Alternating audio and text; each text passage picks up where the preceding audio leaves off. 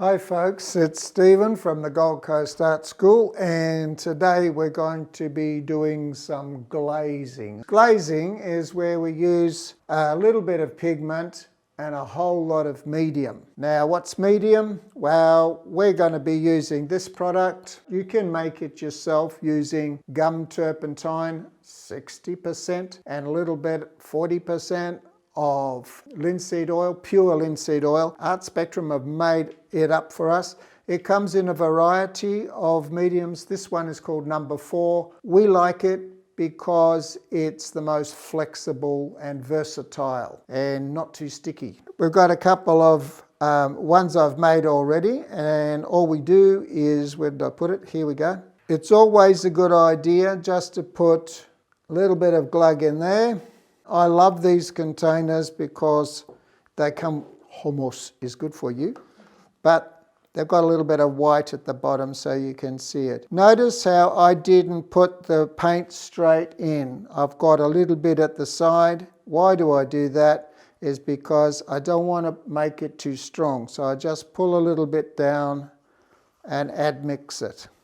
See how transparent and beautiful that is against the clear plastic. All the pigments we're using here are transparent. Can I just show you something? Not all brands of oil paint do this, but Art Spectrum do. See how they've got little shapes here? Now, all these yellow ones, lemon yellow, see how they've got a little triangle? And next to it, it says semi-opaque. So it's not fully opaque, it's only semi-transparent.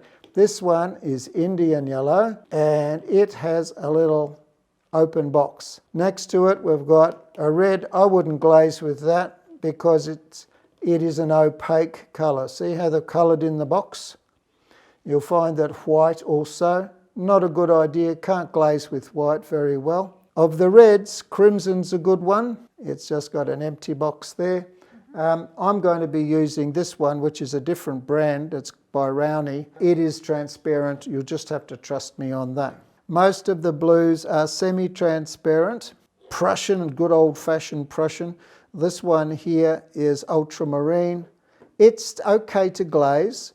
You can glaze with burnt sienna too, but what happens though is it can be a bit streaky if it's not very transparent. This one, however, we'll be using phthalo-cyanine blue, and it is totally transparent. Very strong pigments, but don't cover very well unless you give them some help. We don't want them to cover because they're going to be putting a thin film of colour over these. Someone had started these and then they didn't finish them and they haven't claimed them, so I'm going to muck around with them. Now, before I get going, I just want to show you what I mean by transparent colour.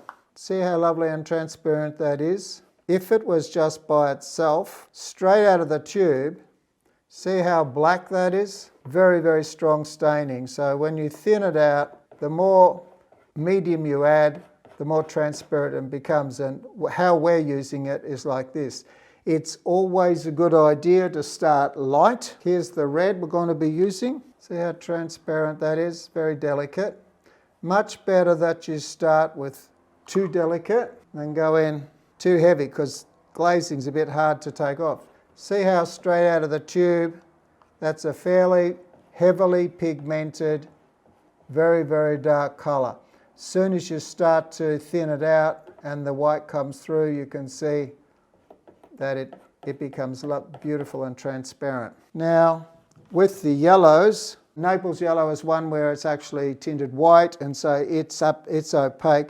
These are semi, but Indian yellow doesn't try to cover, but it's the most fabulous transparent yellow. Now, when you take it out of the tube, looks a little bit like baby poo. So when it's absolutely thick, you see it's almost a brown, isn't it? But it thins down very, very quickly with medium, and you get this lovely, clear, transparent yellow. Now, I've deliberately mixed these fairly lightly because I'm going to block in where I'm going to use them, and then I'll just dig in and use a little extra pigment once I have a thin film of glazed paint in place. Does that make sense? Oh, I hope so.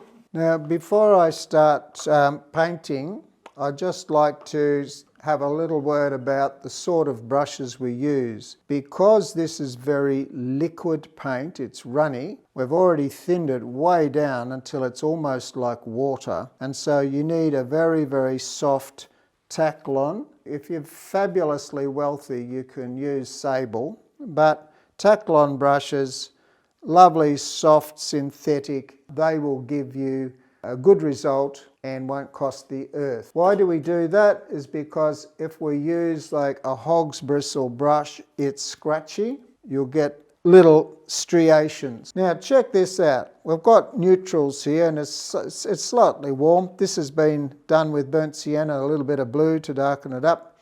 And as soon as you start putting this stuff on, immediately it takes on a lovely glow. What it does is it actually extends the range of colours that you've already got, and depending on how much pigment, the density of pigment you've got, you can make it lighter. Now I've put in a nice coat there, a nice protective coat there.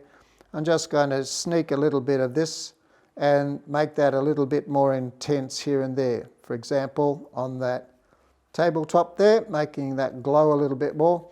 Just for fun, I'll put a little bit more. Because I've got a dark background, it's safer to use a heavier pigment because the background's going to fight back. While we're at it, I'll have a little go at this because all the information has been put in here already. I'm just applying colour.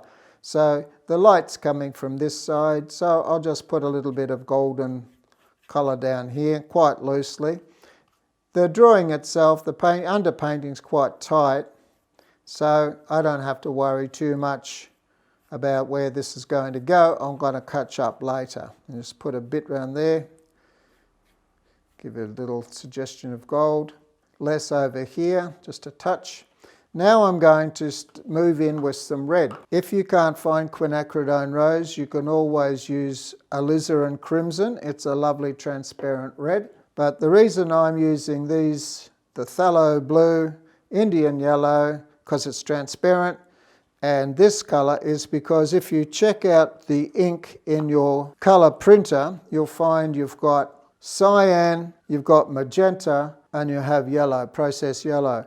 Basically, this is the closest thing you can get to those colours in the wonderful world of oil paints. Now, I've already got a runny mix here, so I can be quite bold when I come in with the reds, and I can just use quite a thicker mix on this.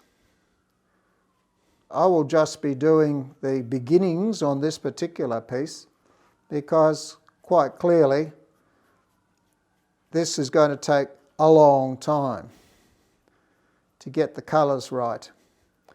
Now he's going a little bit red, no dramas. The wonderful thing also about glazing is if you make a mistake and you put too much on, it's so easy just to mop back a little bit. You can reduce the glaze just by getting an absorbent cloth, or in this case, if I wanted some detail, like see where I hit the tooth there, I didn't want lipstick on his teeth, so while it's wet. This stuff dries fairly quickly. I'll just show you how intense that is when I hit the white. Look at that. Yummy colour.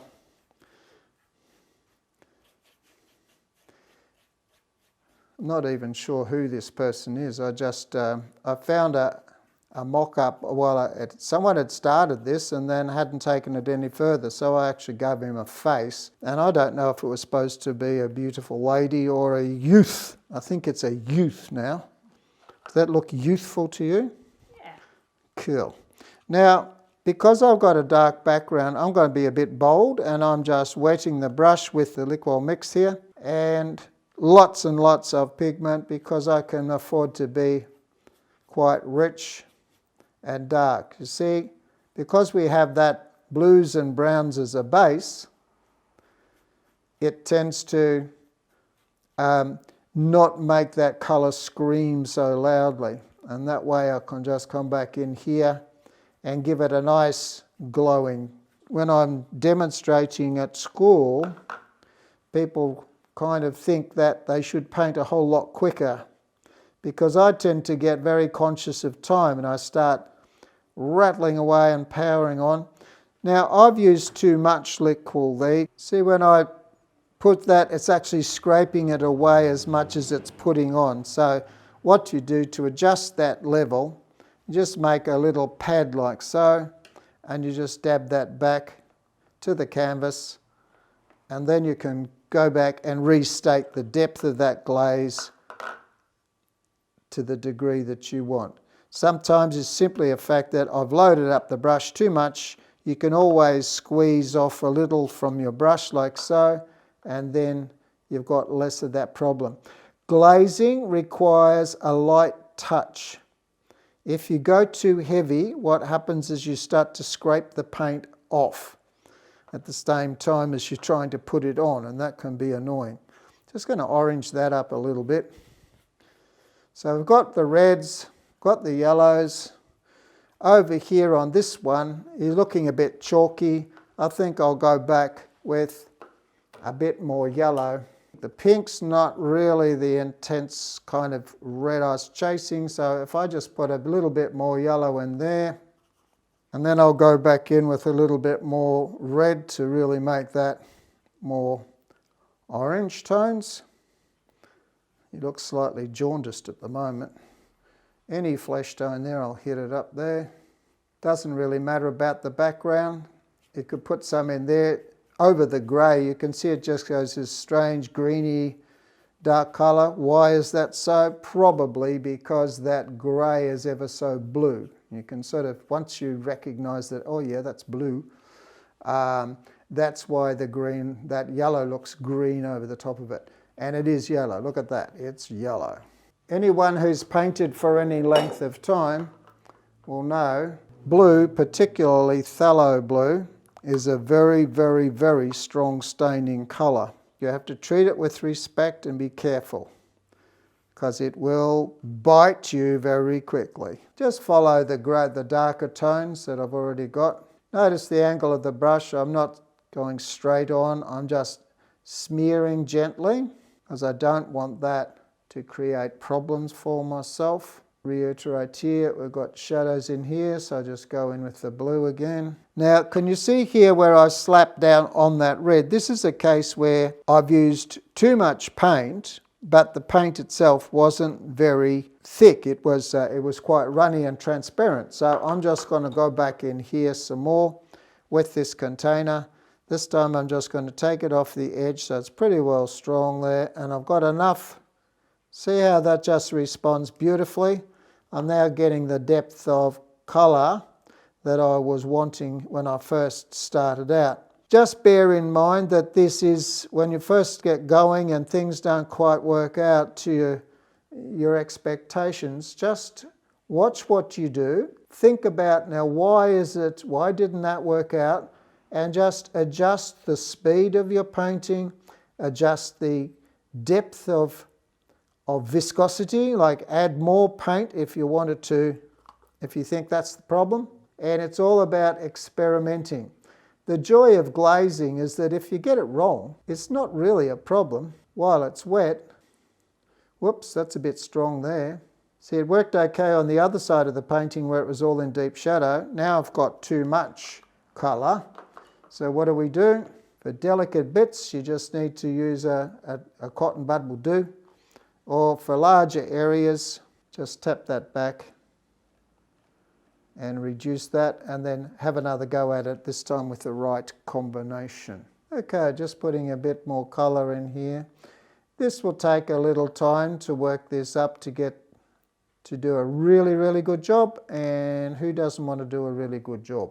I know I do. This is a demonstration piece, so I just want to show what can happen when you start with a neutral base and then you add the primary colours. That's where you get full colour. It's exactly the same way as your printer works. It's exactly the same way any colour printing system works. They use a black toner on white, and then they add the other colours. It's looking a bit mottly here. What I need to do in that case is let this paint dry for a little bit. It then becomes sticky because there's a great deal of a chemical called gum turpentine. It gets sticky. It dries out fairly quickly, and so the paint itself will be easy to rework once it's dry. While I'm doing that, I've just got a little bit of blue to do on this one. So if you kind of aren't happy with that, then you just let it dry. It doesn't take long, but when you rework it, be gentle with it, because this is gum turpentine, which we discussed once before in another video. It's actually from the turpentine pine. It's a vegetable product, believe it or not. But it does melt the paint, just like mineral turpentine. So if this isn't absolutely dry when you go back in, it can actually lift the paint off, and then you've got a problem. Not a huge problem, but a problem you probably don't need.